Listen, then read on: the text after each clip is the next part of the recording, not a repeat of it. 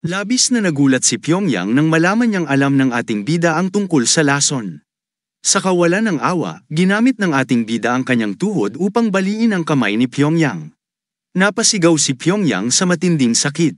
Ang mga martial artists ay natulala sa kanilang nakita, hindi nila akalain na magagawa ito ng batang master. Habang nanginginig sa sakit, bumagsak si Pyongyang sa lupa. Habang tinitingnan ng bumagsak na si Pyongyang, isinumpa ng ating bida sa sarili na hindi na niya hahayaang ang mga katulad ni Pyongyang ang magdikta kung paano niya isasabuhay ang kanyang buhay. Habang nakatingin ang ating bida kay Pyongyang, napansin niyang naging tahimik ang mga martial artists. Ang Heavenly Demon ay itinaas ang kanyang kamay at sinabi sa kanyang anak na ipagkakaloob niya ang isang hiling. Tinanong niya ang ating bida kung ano ang kanyang nais. Sa ganitong sitwasyon, kadalasang humihiling ang mga tao ng isang bihirang espada o isang sikreto sa martial arts, ngunit ang ating bida ay sumunod sa kanyang instinct. Sinabi niya sa kanyang ama na gusto niyang sumama sa pangangaso. Hindi inaasahan ng Heavenly Demon ang ganitong klaseng hiling. Gulat din sina Pyongyang at ang iba pang martial artist sa kahilingan. Tinanong ng Heavenly Demon ang ating bida kung sigurado siya sa kanyang hiling. Ngumiti ang ating bida at sinabi sa kanyang ama na narinig niya na mahilig ito sa pangangaso noong kabataan nito. Ipinaliwanag niya na nais niyang matuto kung paano mangaso mula sa kanyang ama. Tumingin lang ang Heavenly Demon sa kanyang anak, hindi mo ari kung ano ang iniisip niya. Tumayo siya mula sa kanyang upuan at sinabi na maghahanda sila bukas, sa bukang liwayway.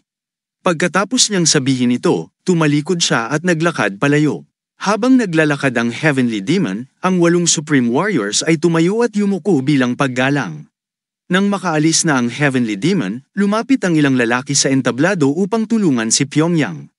Sinabi ni Pyongyang na pumili ang ating bida ng napaka-lousy na hiling sabay ngiti. Tinanong ng ating bida si Pyongyang na ulitin ang kanyang pangalan. Nabahala si Pyongyang sa tanong at humiling sa iba na patayin ang ating bida.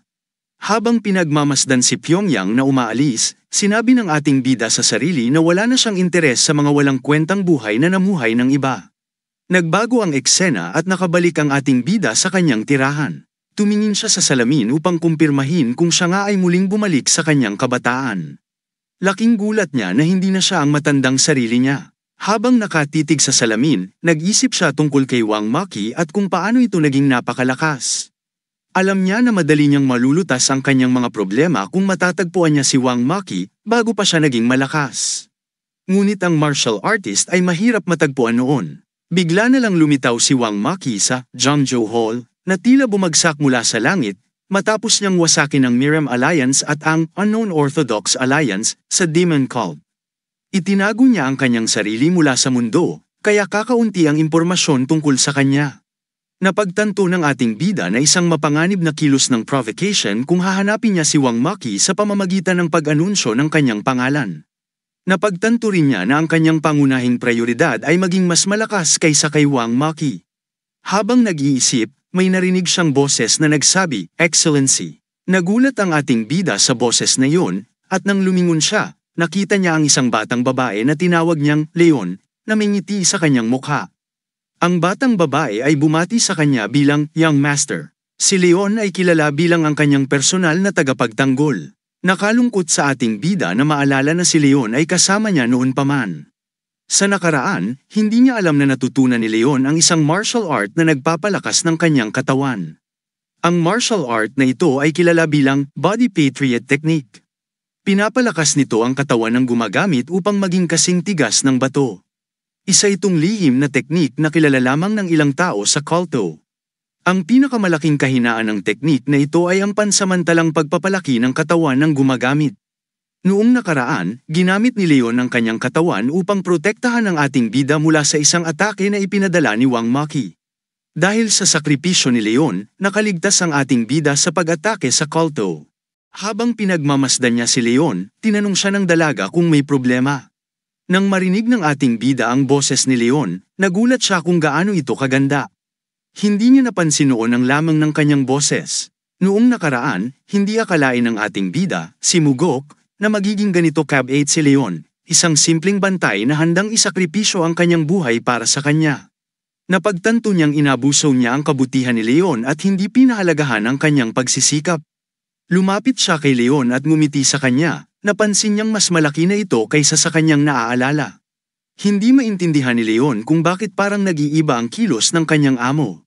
Noong bata pa si Leon, inaasahan ng marami na magiging pinakamagandang babae siya sa mundo, ngunit nang tumanda siya, bigla siyang tumaba.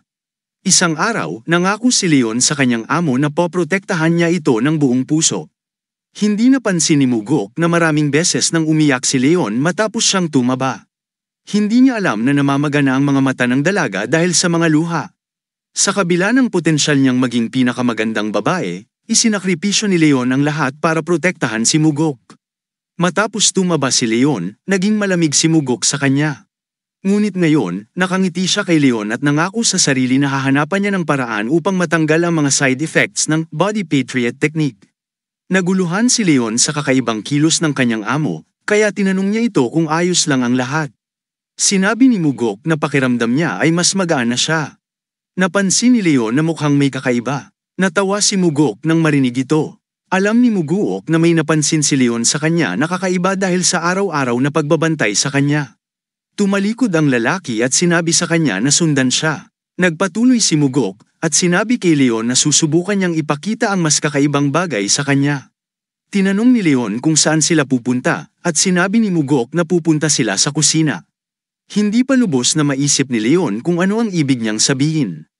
Nagbago ang eksena at naroon na sila sa kusina. Lumabas ang mga kusinero para batiin ang kanilang young master. Sa seryosong mukha, tinanong ni Mugok ang mga kusinero kung bakit nila siya nilason.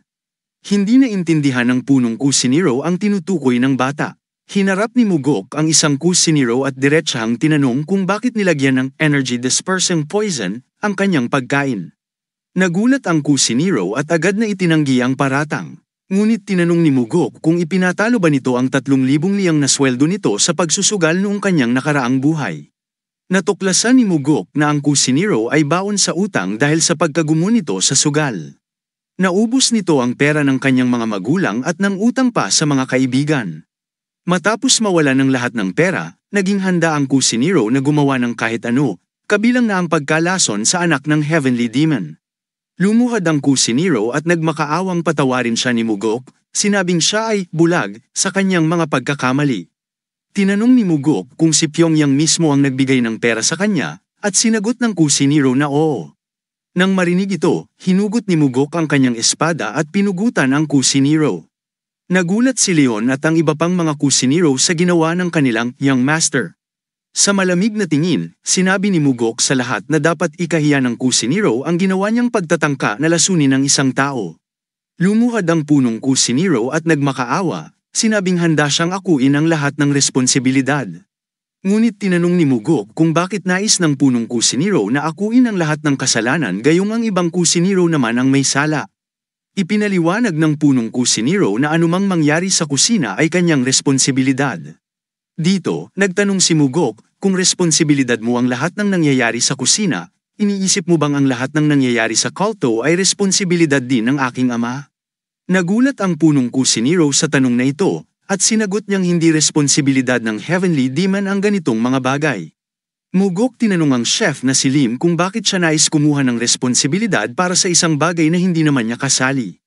Matapos ito, binalik ni Mugok ang kanyang espada sa kaluban at inutusan ng chef na bumangon at lutuin siya ng shredded chicken noodles para sa hapunan. Sinabi niya sa chef na matagal na mula nang huli niyang kainin yun. Nagulat si Chef Lim sa kahilingang ito, lalo na matapos nilang umalis sa kusina. Naalala ni Leon na ilang araw lang ang nakalipas mula nang huling kumain ng shredded chicken noodles si Mugok. Ngumiti si Mugok sa narinig, hindi alam kung paano ipapaliwanag kay Leon na ilang dekada na ang nakalipas mula nang huli niyang kainin ang ulam na yun. Kinabukasan, makikita natin ang Heavenly Demon na nakatayo sa harap ng pavilion. Nakaibang damit ito ngayon, isang pang-hunting na kasuutan, imbes na ang karaniwang robe nito. Nang makita ng Heavenly Demon ang kanyang anak, tinanong niya ito kung bakit ang dami niyang bitbit na gamit na walang kwenta. Ipinaliwanag ni Mugok na dala niya ang mga bagay na kakailanganin para sa ilang araw na pangangaso.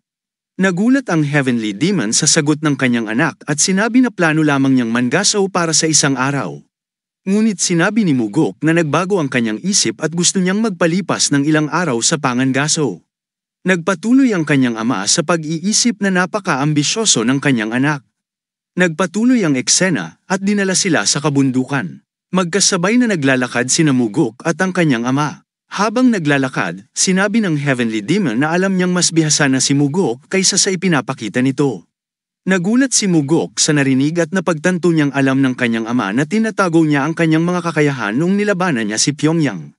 Sa pagkakataong yun, nagpasya si Mugok na sabihin ang totoo sa kanyang ama. Ipinahayag niya na tinatago nga niya ang kanyang mga kasanayan. Ngumiti lamang ang Heavenly Demon at sinabi kay Mugok na matagal na niyang alam ito.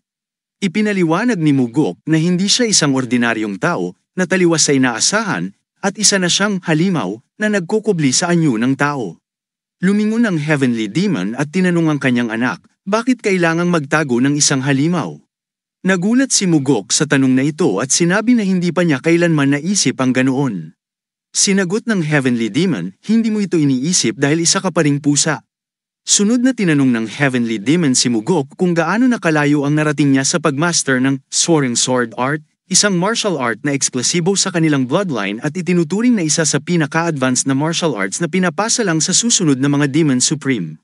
Buong tiwala si Mugok nang sinabi sa kanyang ama na nakumpleto na niya ang pagmaster nito. Ngunit agad na inatake siya ng kanyang ama gamit ang maliit na dami ng enerhiya. Sa huli nagawang iwasan ni Mugok ang atake sa pamamagitan ng bahagyang pag-ilag ng ulo, ngunit naputol ang kanyang bag. Nakahinga ng maluwag si Mugok na nagawa niyang iwasan ang atake dahil alam niyang mawawala na ang kanyang mukha kung natamaan siya.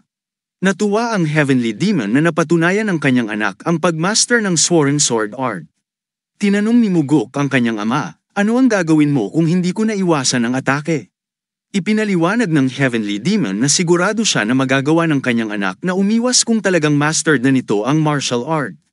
Sinabi ng Heavenly Demon na kung hindi ito nagawa ni Mugok, tiyak na babayaran niya ang halaga ng kanyang kasinungalingan. Bilang tugon, sinabi ni Mugok na masama kung masisira ang kanyang mukha at ipinaliwanag na mahalaga ito sa kanya. Hindi magiging maganda kung magkakaroon ako ng pilat sa mukha, pabirong sabi ni Mugok. Napatingin ng masama ang Heavenly Demon sa kanyang anak nang marinig ito, at napaisip si Mugok kung nasobrahan ba siya sa kanyang biro. Ang Heavenly Demon ay tumingin kay Mugok at sinabing nakakabilib na nagawa niyang ma-master ang Source Sword Arts sa kanyang murang edad. Nagulat si Mugok sa narinig at nagpasalamat sa papuri ng kanyang ama. Habang patuloy silang naglalakad palalim sa kagubatan, inilapat ng Heavenly Demon ang kanyang kamay sa lupa upang hanapin ang mga bakas ng mga hayop. Habang tumitingin-tingin ang kanyang ama, tinanong ni Mugok kung sino ang nagturo sa kanya ng pangangaso. Ibinunyag ng Heavenly Demon na natutunan niya ito mula sa kanyang nakatatandang kapatid. Labis itong ikinagulat ni Mugok dahil hindi niya alam na may tiyuhin siya. Ipinahayag ng kanyang ama na pinatay niya ang kanyang kapatid noong pareho silang kasing edad ni Mugok ngayon. Sa gulat, sinabi ni Mugok na mahusay ang ginawa ng kanyang ama. Nagulat ang Heavenly Demon sa reaksyon ng anak. Paliwanag ni Mugok, kung hindi ginawa ng kanyang ama ang ginawa niya, hindi sana siya ipinanganak. Tumitig lang ang kanyang ama kay Mugok bago muling nagpatuloy sa paglalakad. Habang pinagmamasdan ng kanyang ama, napagtanto ni Mugok na kahit ang isang taong kasing lakas ng kanyang ama ay kailangang harapin ang sakit ng pakikipaglaban sa sariling pamilya.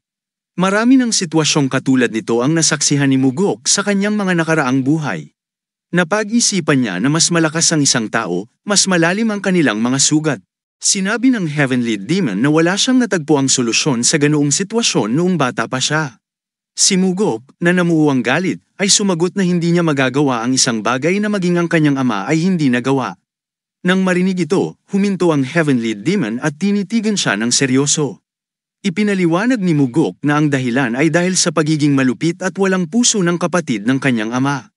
Tinignan siya ng Heavenly Demon at tinanong kung siya ba'y nagsasalita ng masama tungkol sa kanyang kapatid dahil wala ito. Nagbago ang eksena at makikitang umaakyat sa bundok si Mugok at ang kanyang ama. Habang umaakyat, nag-iisip si Mugok tungkol sa katotohanan na hindi siya nakapag-asawa sa kanyang nakaraang buhay dahil sa mga pangyayari. Hindi niya alam ang pakiramdam ng magkaroon ng anak at curious siya kung paano siya tinitingnan ng kanyang ama bilang anak. Nang makarating sila sa tuktok ng bundok, nakita nila ang isang malaking kagubatan sa harapan nila.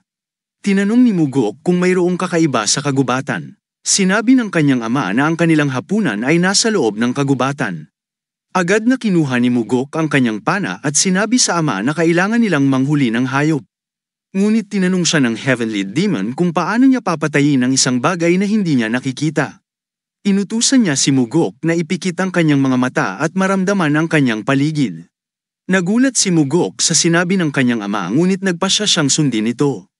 Ipininikit niya ang kanyang mga mata at pinalabas ang kaunting enerhiya. Kapag ang mga martial masters ay nagtatangkang hanapin ang kanilang kalaban, nararamdaman nila ang mga vibration sa hangin na karaniwang tinatawag na energy flow ng isang nilalang. Nang ipinikit ni Mugok ang kanyang mga mata, naramdaman lamang niya ang isang malakas na energy flow, ang enerhiya ng kanyang ama.